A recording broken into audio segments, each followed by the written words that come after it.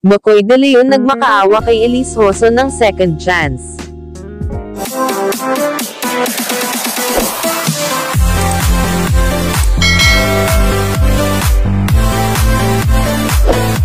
Talagang tuluyan ng araw naghiwalay sina Elise Hoson at McCoy De Leon.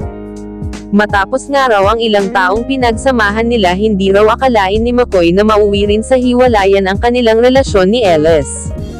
Inamin ni McCoy na hindi madali sa kanya ang hiwalayan nila ni Elise. Umabot raw sa punto na ayaw niya ng mabuhay at 2 beses na umano siyang nag-isip ng hindi maganda para sa kanyang sarili.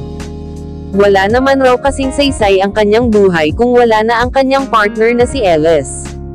Ngunit naisip umano ni McCoy na may anak siya at kailangan siya ng kanyang anak. Nakakaawa naman raw ang anak niya kung mawawala siya.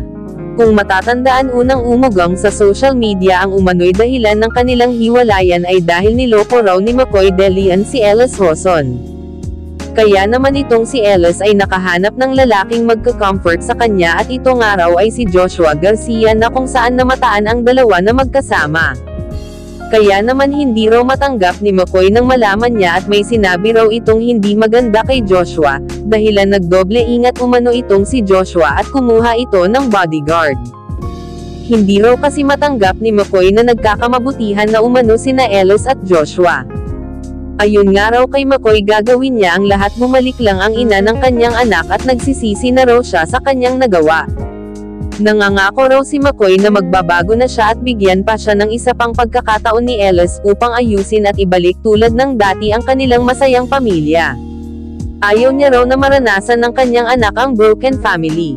Samantala wala pa namang pahayag mula kay Elise ang tungkol rito, ngunit naniniwala ang mga tagahanga nila na maaayos rin nila ang kanilang relasyon.